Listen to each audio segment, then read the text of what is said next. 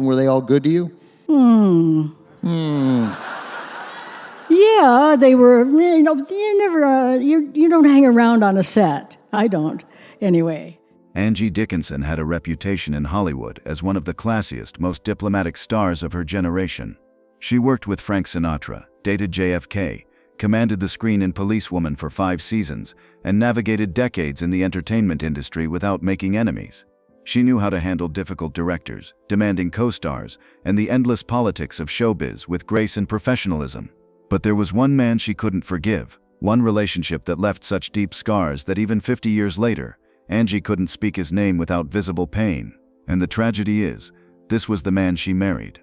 The man she thought would be her partner for life. The man whose demons would nearly destroy everything she'd built. His name was Burt Bacharach, and their story is one of Hollywood's most haunting cautionary tales about what happens when genius meets tragedy, and love isn't enough to fix what's broken. Angeline Brown was born in Culm, North Dakota in 1931, during the depths of the Great Depression. Her father ran a small-town newspaper, and money was always tight. The family moved to Burbank, California when Angie was 10, chasing the same dream that brought thousands of Midwestern families west, a better life in the California sunshine. Angie was a beauty from the start, but she had something more than just looks. She had presence, intelligence, and a kind of natural elegance that couldn't be taught. After high school, she worked as a secretary while taking classes at Glendale College. She entered a local beauty pageant, won, and suddenly doors started opening. By 1954, she'd landed small roles in films, usually unbilled or playing generic pretty girls. But she was learning the business, watching how the camera worked, how the best actresses used stillness and silence to command attention. In 1956, she got her break, a supporting role opposite John Wayne in Rio Bravo, directed by Howard Hawks. Rio Bravo changed everything. Angie played Feathers, a saloon girl with a mysterious past, who matches wits with Wayne's sheriff. She held her own against one of Hollywood's biggest stars, and Hawks' camera loved her. The film was a massive hit when it was released in 1959, and suddenly Angie Dickinson was a name everyone knew. The roles started coming steadily. She appeared in Ocean's 11 with Sinatra and the Rat Pack in 1960. She worked with directors like Don Siegel and Sam Peckinpah. She had a sophisticated, intelligent quality that worked equally well in westerns, thrillers, and dramas. By the mid-1960s, she was one of the most sought-after actresses in Hollywood. Her personal life was equally glamorous. She was romantically linked to Frank Sinatra, and in interviews years later, she spoke openly about her relationship with President John F. Kennedy. It was brief and extremely private, she told People magazine in 1997. But yes, we saw each other, and it was wonderful. In 1965, Angie met Burt Bacharach at a party in Los Angeles, and her carefully managed Hollywood life was about to become infinitely more complicated. Burt Bacharach was already a sensation when he met Angie. He was composing hit after hit, Walk On By, I Say a Little Prayer, What the World Needs Now Is Love, sophisticated pop songs with complex arrangements that defined the sound of the 1960s. He worked with lyricist Hal David and vocalist Dionne Warwick, creating some of the era's most enduring music. He was brilliant, charming, and intense. He was also recently divorced from his first wife, actress Paula Stewart. Friends who knew Burt described him as a perfectionist, someone who could spend days obsessing over a single chord change or drum fill. That intensity made his music extraordinary, but it made him difficult to live with. Angie was drawn to his genius. In a 1996 interview with Larry King, she recalled their early courtship. Burt was unlike anyone I'd ever met. He had this passion for music that was almost spiritual. When he sat at the piano and played something he was working on, the rest of the world disappeared. They married in May 1965 in a small ceremony in Las Vegas. Angie was 33, Burt was 36. They seemed like the perfect Hollywood power couple, the beautiful actress and the musical genius, both at the peak of their careers. But the reality behind the glamorous photos was far more troubled. The first few years had their happy moments. Angie continued working in films while Burt churned out hit after hit. In 1969, Raindrops Keep Fallin' on My Head from Butch Cassidy and the Sundance Kid won the Academy Award for Best Original Song. Burt's music was everywhere, on the radio, in films, on television variety shows. But Burt's perfectionism and obsessive nature began taking a toll. He would work around the clock, sometimes for days without sleep, chasing a melody or arrangement.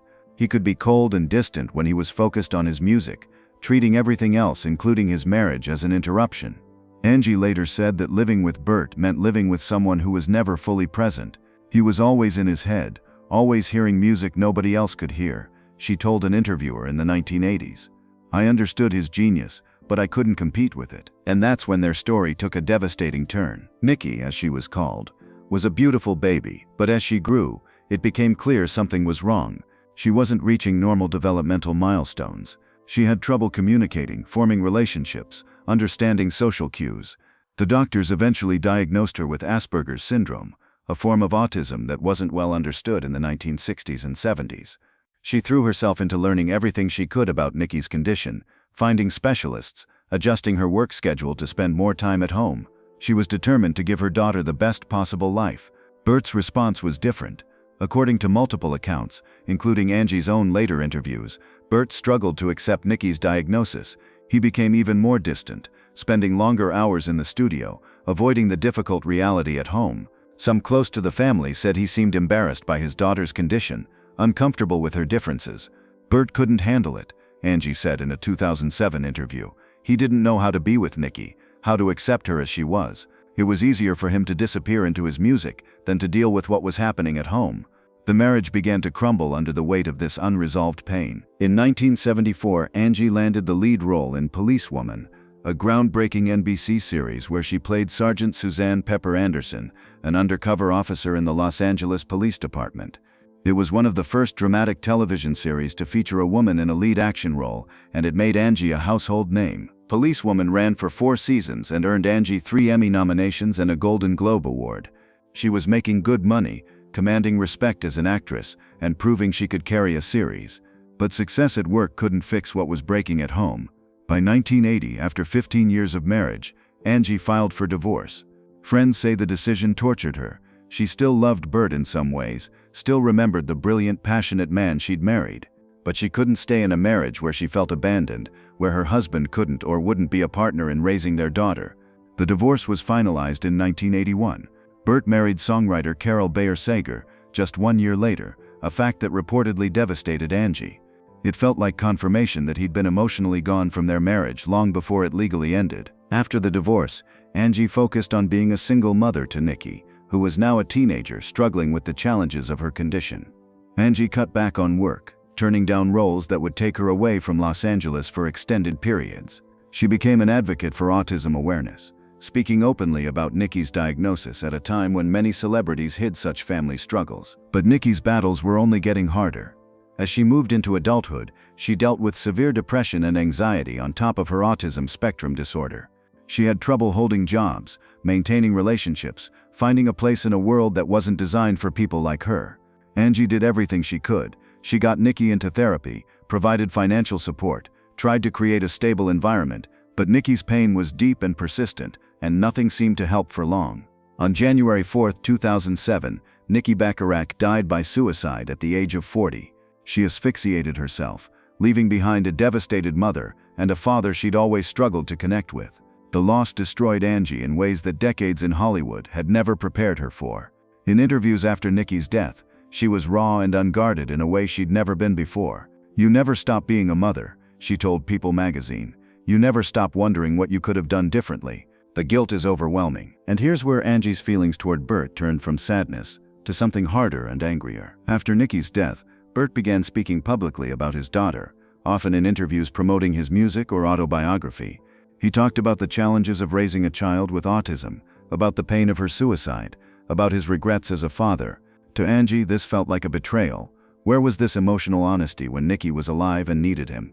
Where was this reflection when Angie was begging him to engage with their daughter, to try to understand her, to show up as a father? In a 2009 interview, Angie was asked about Bert's public statements regarding Nikki.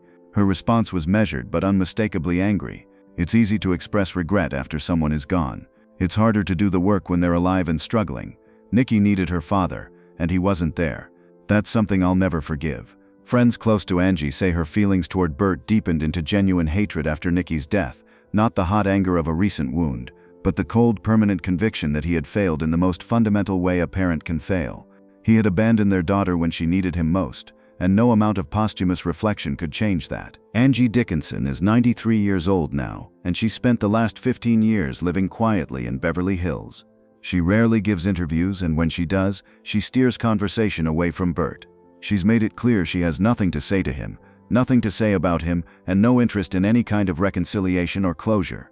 Burt Bacharach passed away in February 2023 at the age of 94. In his final years, he continued to express regret about his relationship with Nikki, calling her death the biggest tragedy of my life in multiple interviews. But whether that regret translated into any understanding of what Angie and Nikki endured while he was alive remains unclear. For Angie, Burt's legacy isn't his music or his awards. It's the family he couldn't hold together, the daughter he couldn't reach, and the wife he left to carry the burden alone. In a 2018 interview, one of her last extended conversations with the press, Angie was asked if she'd ever watched any films or television shows featuring Burt's music. She paused for a long moment before answering. "I can't separate his songs from the memories," she said. "Every note reminds me of what we lost. So no, I don't listen. I can't." Looking at their story now, it's tempting to see it as a tragedy of incompatible personalities. The artist too consumed by his genius to function as a husband and father. The actress too grounded and practical to understand the demands of creative obsession. But people close to both of them say it wasn't that simple. Burt wasn't incapable of being present. He was devoted to his music, obsessive about his craft, but he made choices about where to direct that devotion. He chose the studio over the nursery, the recording session over the family dinner. Those were choices, not inevitabilities.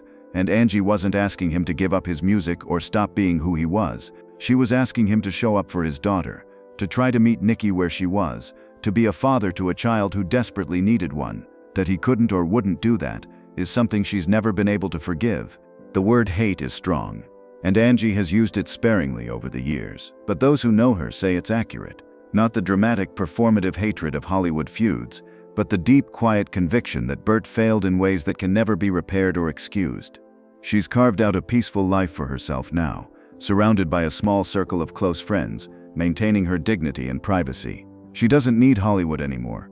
Doesn't need the spotlight or the validation. She survived a marriage that broke her heart, raised a daughter who faced impossible challenges, and lived through the worst loss any parent can experience. And through it all, she's held Burt accountable in the one way she could, by refusing to let him rewrite history, refusing to accept his late life regrets as sufficient, refusing to offer forgiveness where none has been earned. What do you think? Can a parent's regret after a child's death ever make up for their absence during that child's life?